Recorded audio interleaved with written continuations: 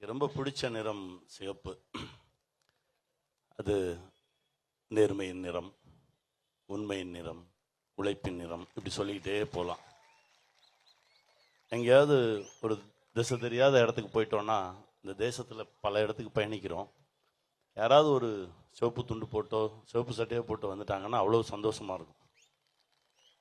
Okay, ஒரு எளிமையான மனிதன் வரான், நம்ம பேசலாம், நம்ம பிரச்சனையை சொல்லலாம் அப்படின்னு ஒரு நம்பிக்கை வரும்.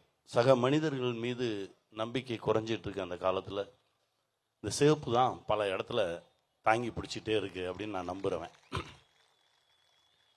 சின்ன வயசுலேருந்தே சிவப்புன்னா ஒரு ஆசை. ஏன்னா எங்கள் அப்பா காங்கிரஸ், அவர் ஒரு காந்தியவாதி. எங்கள் மாமா கம்யூனிஸ்ட், எங்கள் அம்மாவுடைய சகோதரர். எங்கள் அப்பாவை பார்த்தா எல்லாரும் பேசுவாங்க, பழகுவாங்க. ஆனால் எங்கள் மாமா பார்த்தா ஒரு சின்ன மரியாதை கொடுப்பாங்க, எந்திரிப்பாங்க, வருவாங்க, போவாங்க. இது எனக்கு ரொம்ப பிடிக்கும். ஆனால் எங்கள் அப்பா எங்கள் மாமாவை மதிக்கவே மாட்டார். அவன் கிடக்கிறான்கிட்டே இருப்பார். இப்போது ஊரில் ஒரு சின்ன ஜாதி கலவரம் நடக்குது. ஒரே பரபரப்பாக இருக்காங்க. யாரும் எந்த திசைக்கும் போக முடியாது. காவல்துறை வராங்க. காவல்துறை சமாதான பேச்சுவார்த்தை நடத்துவதற்காக ஒரு சந்திப்பு நடத்துகிறாங்க. அதில் எல்லாரும் உட்கார்ந்துருக்காங்க. இப்போ சேத்தூர் பேரூராட்சி தலைவர் எஸ்பி செல்லப்பிள்ளை ஐயா, இப்பவும் 98 வயசு ஆகுது. இன்னும் அந்த சிங்கம் அப்படியே தான் இருக்கு. எல்லோரும் கூடியிருக்காங்க. எங்கள் அப்பாவும் இருக்காரு. அவர் சைக்கிளில் இறங்கினார். ஒரு சிவப்பு துண்டு போட்டு ஒரு 6 அடி உயரத்தில் அவர் சைக்கிளில் இறங்கினா எங்கள் அப்பாவும் எந்திரிச்சு நின்ட்டார். அண்ணே வாங்கண்ணே அப்படின்னாரு. அப்போ இன்னும் கூடுதல் அன்பாச்சு. அந்த பயணம் ஆரம்பிச்சுது. பள்ளியில் படிக்கும்போதும் ஒரே சந்தோஷமாக இருக்கும். எல்லாரும் வேறு வேறு தளத்தில் இருக்கும்போது நம்ம மட்டும் ஒரு சிவப்பு சட்டையை போட்டுக்கிட்டு சுற்றும்போது ஒரு மகிழ்ச்சி தரும். கல்லூரிக்கு போனோம். கல்லூரிக்கு போனால் அண்ணன் என்னை வழி நடத்தியவர் அவர் தான். அண்ணனை சந்திக்கிறோம். நிறைய இடங்களுக்கு கையை பிடிச்சே கூட்டிகிட்டு போவார். மேலாண்மை பொன்னுச்சாமி ஐயாவை பார்க்க போனதாக இருக்கட்டும், மேலாண்மை நாடு போவோம் சைக்கிளில். பாரதி கிருஷ்ணகுமார் அவர்கள் பேச்சை கேட்பதற்கு விருதுநகருக்கு போனோம் ஒரு முறை. அப்புறம் இந்த ஐயா எஸ்ஏபி ஐயா அவங்கள பார்க்குறதுக்கு போனோம். ஒவ்வொரு முறை ஒவ்வொரு ஆளுமைகளை சந்திக்கும் போதும் அது ரொம்ப அன்போடு. இப்போ கூட நான் ஒரு புத்தகம் கொடுத்தேன், படிச்சியா அப்படின்னாங்க. நான் பொய் சொல்ல மாட்டேன், உண்மைப்பட்டு தான் சொல்லுவேன். படிக்கலை, படி, நான் வச்சிருக்கேன் பத்திரமா, நான் படிச்சிடுறேன் அப்படின்னு சொன்னேன். அந்த அன்பு இருக்குல்ல, அது நம்மளை அடுத்தடுத்த தளத்துக்கு நகர்த்திட்டு போயிட்டே இருக்கும் அப்படின்னு நம்புகிறேன். கல்லூரி முடிச்சாச்சு, சென்னை போயாச்சு. சென்னை போய் இறங்கினாலும் அங்கேயும் இந்த மாதிரி தோழர்களை சந்திக்கிறேன். இந்த உட்கார்ந்துருக்காங்க ரோகிணிமா. எப்போ பார்த்தாலும் ஏதாவது ஒரு பஞ்சாயத்தை கையில் எடுத்து வச்சுக்கிட்டு இதுக்கு ஏதாவது ஒரு தீர்வு சொல்லணும் கனி, இதுக்கு ஏதாவது ஒரு தீர்வு சொல்லணும் கனின்னே போயிட்டு இருப்பாங்க. இப்போவும் கையில் ஒரு வாச்சாத்தி எடுத்து வச்சுருக்காங்க. அந்த மாதிரி ஒரு ஆளுமை. அந்த பயணம் போயிட்டே இருக்கு. எஸ்எஃப்ஐயில் மாநில மாநாடு கூட்டு போகிறாரு அண்ணன் சென்னைக்கு. அங்கே தலைமை தாங்கியவர் மேற்கு வங்காள முதலமைச்சர் ஜோதிபாசு அவர்கள். எல்லாரும் டீ வாங்குறதுக்காக வரிசையில் நிற்கிறோம். எனக்கு முன்னாடி அவர் நிற்கிறாரு. எனக்கு இன்னும் பெரிய ஆச்சரியமும் அதிர்ச்சியுமாக இருந்தது. சிஎம், ஆமாம் சிஎம், வெஸ்ட் பெங்கால் சிஎம், ஆமாம் சிஎம். அப்போ அவரை பார்க்குறேன், அவரோட பேசுகிறேன். ரொம்ப எளிமையாக எல்லாரோடையும் உட்காந்து பேசியிருந்தாங்க. அது இன்னும் ஒரு பெரிய ஆழத்தை உண்டாக்குச்சு. கடந்து வந்தோம். இயக்குநர்களை சந்திக்கும் போது எங்கள் டைரக்டர் வெற்றிமாறன் சார் ஒவ்வொரு முறை பார்க்கும்போதும் எங்கேயோ ஒரு ஒரு சிவப்பு சிந்தனை வந்துக்கிட்டே இருக்கும். தரியுடன் அப்படின்னு ஒரு நாவல்,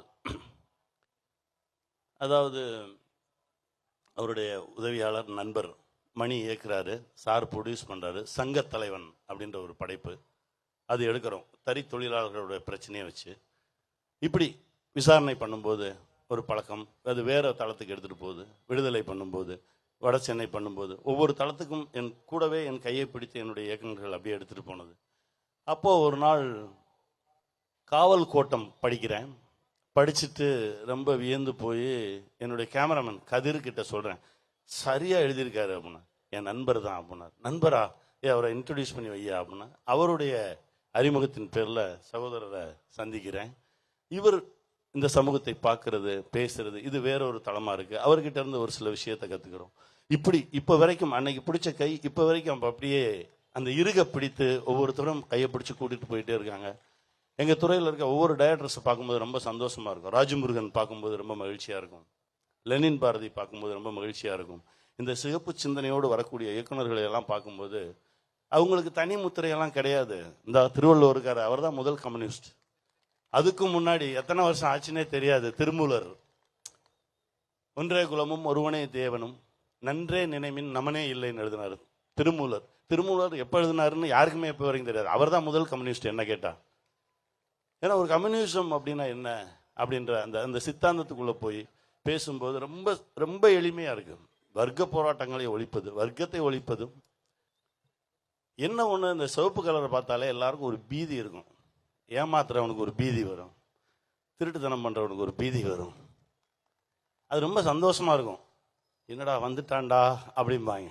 ஏன்னா இவன் திருடன்னு அர்த்தம். அதில் இதை ஒவ்வொரு முறை பார்க்கும்போது சந்தோஷமா இருக்கும். ஒரு ஒரு காட்சியில ஒவ்வொரு படத்துலையுமே இந்த இடத்துல ரொம்ப ஓங்கி பேச போறோம் அப்படின்னா எனக்கு சிவப்பு சட்டை போட்டுக்கணும்னு தோணும். அந்த சிவப்பு சட்டையை போட்டுட்டு நான் வந்து நிக்கிறேன் அப்படின்னாலே ஆஹா ஏதோ ஒரு பயங்கரமான காட்சி போடுறது அப்படிம்பாங்க. இப்போ வரைக்கும் நான் அப்படிதான். இப்போ அடுத்து பண்ண போற கதையிலையும் இந்த இந்த 2 சீனுக்கு சிவப்பு சட்டை ரெடி பண்ணுங்கடா அப்படின்னு தான் எடுத்து வச்சிருக்கோம். இப்படிதான் பயணம் போயிட்டு இருக்கு.